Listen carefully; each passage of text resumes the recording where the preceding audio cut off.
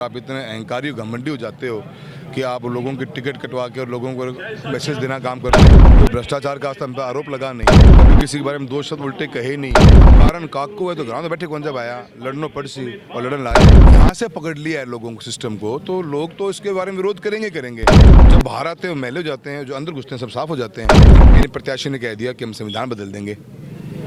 क्या बदलना चाहते हैं संविधान में, बताना चाहिए पब्लिक को। मैं समझता हूँ द हिंट बहुत समझदार है सर। ये प्लेटफॉर्म जिस पे आप काम की बात कर रहे हो, ये हर जगह पब्लिक प्लेटफॉर्म पर है।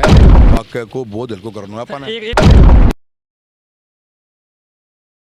नमस्कार दोस्तों, आपका द हिंट में स्वागत है। सर सबसे पहला मेरा सवाल ये है, द हिंट, आप एक इकलौते हैं नेता हो जो कि वॉशिंग मशीन छोड़कर कांग्रेस में आए हो, तो इसका क्या कारण है सबसे बड़ा? बताया ना मैंने अभी आपको अपने स्पीच में बताया। मेरा तो किसी व्यक्ति विशेष के द्वारा पार्टी पे काबिज होना, पार्टी की छोटी छोटी बातों के ऊपर कमजोरियां ढूंढ कर उस पर काबिज होकर आप लोगों के जो नेतृत्व जनता के बीच में काम कर रहा है, और आप इतने अहंकारी घमंडी हो जाते हो कि आप लोगों की टिकट कटवा के और लोगों को मैसेज देना काम करते हो। उसके अगेंस्ट में मैंने आवाज़ उठाई है और मेरी जनता की भावना के अनुरूप उठाई है। और जनता के अंदर इस बात का ज़बरदस्त रोष है कि हम जो काम कर रहे थे, हमारा जो व्यवहार था, कोई भ्रष्टाचार का हम पे आरोप लगा नहीं, पार्टी की लाइन से कहीं बाहर गए नहीं, कभी किसी के बारे में दो शब्द उल्टे कहे नहीं। तो कोई कारण तो बता दीजिए। अब कारण काको है तो ग्राउंड में बैठे कौन जब आया लड़नो पड़सी और लड़न ला रहे हैं। सर ईडी सीबीआई पे आपकी क्या राय है, क्योंकि आप पार्टी बाहर छोड़ के आए हो। तमाम नेता जिन पे ईडी सीबीआई छापा पड़ता है वो भाजपा में जाते हैं, तो आप पे अब ईडी या सीबीआई को कार्रवाई हो सकती है? ये जुल्म करो मेरे पास एफ को अंदर जोड़ी यार। अच्छा, मेरे पास एफ दर्ज को जोड़ी क्या माओगी ईडी सीबीआई। सर एक सबसे बड़ा सवाल, जो मुख्यमंत्री होता है चुना हुआ, उसको जेल में डालना और उसके खिलाफ इस तरह, देखिए ये एक अनिश्चितता डर का माहौल जनता के बीच में जरूर है कि कोई भी सेफ नहीं है। आज कांग्रेस पार्टी के खाते सीज कर रखे हैं आपने। पार्टी को चुनाव लड़े तो कैसे लड़ेगी भाई? ये संदेश तो पब्लिक देख ही रही है ना भी। आप इतना ज़्यादा इस चीज़ को आपने यहाँ से पकड़ लिया है लोगों को सिस्टम को, तो लोग तो इसके बारे में विरोध करेंगे। और मुझे लगता है कि इस चुनाव के अंदर इसका रिजल्ट बाहर आएगा। ये हर बच्चे की आपकी जुबान पर है। आप एक नौलखी गांव में एक यूट्यूबर हो, तो आप भी पब्लिक की वॉइस सुनते होगे। हर आदमी के मन में है कि यार ये हो क्या रहा है कंट्री में एट लार्ज। भी थोड़ा सा भी कोई आवाज़ निकालता है उसको आप सीधा जेल में। तो ये तो जो है बिल्कुल रियलिटी है ये। और इस बात के ऊपर पब्लिक एट लार्ज में रोष है कि भी कोई तो सेफ होगा, कि सारे ही क्या चक्कर है ये। जब बाहर आते हैं मैले हो जाते हैं, जो अंदर घुसते हैं सब साफ हो जाते हैं।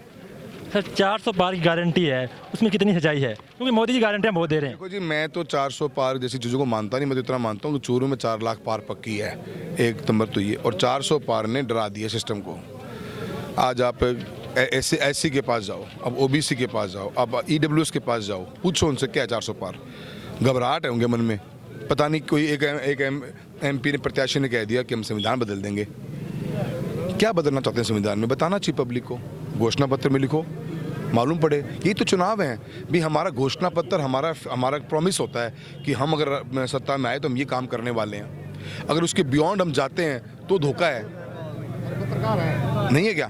तो ये मेरा मानना है कि बहुत गलत है ये 400 पार का नारा देना, क्योंकि 400 पार की ताकत होती है कॉन्स्टिट्यूशन को चेंज करने की।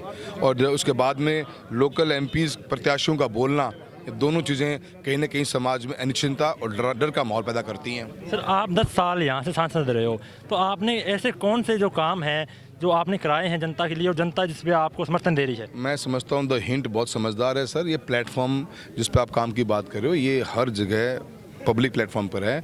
हमने हर महीने बताया, हमने रेलवे में 3400 करोड़ रुपये, हाईवेज में 2400 करोड़ रुपये, 7800 करोड़ बीमा लेके आ गए। आप स्कूल में रूम्स बोले, 850 स्कूल में रूम्स हैं। आज मेरी कॉन्स्टिट्यूंसी के हर गांव में लिविंग 18 गांव बच गए हैं जहां मोबाइल टावर्स नहीं हैं। हर फील्ड को हमने, खेती बाड़ी के, कृषि के अंदर भी हमने पैरेलल इकोनॉमी खड़ी करने की कोशिश करी है। झींगा मछली पालन को बेहतरीन हमने सपोर्ट किया है। पासपोर्ट सेवा केंद्र हो, चाहे बैंकिंग हो, चाहे पोस्ट ऑफिस हो, हर चीज़ को टच करने की कोशिश करी है। 20,000 करोड़ रुपये से ऊपर के लगभग काम कराए हैं। सर आप भारतीय जनता पार्टी के अंदर थे, 8 करोड़ों लोगों को सम्मान निधि मिल रही है, उस पर आपकी क्या राय, मिल रही है या नहीं मिल रही?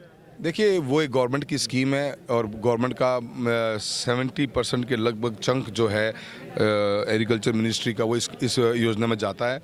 बहुत जगह मिल रही है, बहुत जगह इश्यूज़ भी आ रहे हैं जो उनके पोर्टल की प्रॉब्लम के कारण नहीं खुल पा रहे हैं। मैं वो स्कीम जो चल रही है वो चल ही रही है।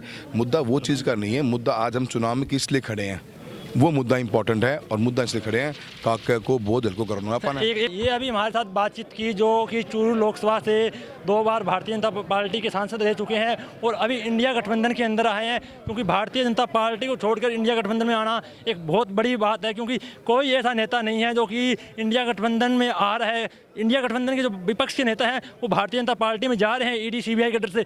ये इकलौते ऐसे नेता होंगे आज तक जो कि भाजपा को छोड़कर इंडिया गठबंधन में आए हैं और 35 साल से इनका चुरू में राज कर रहे हैं। तो इनसे हमने बातचीत की, समझने का प्रयास किया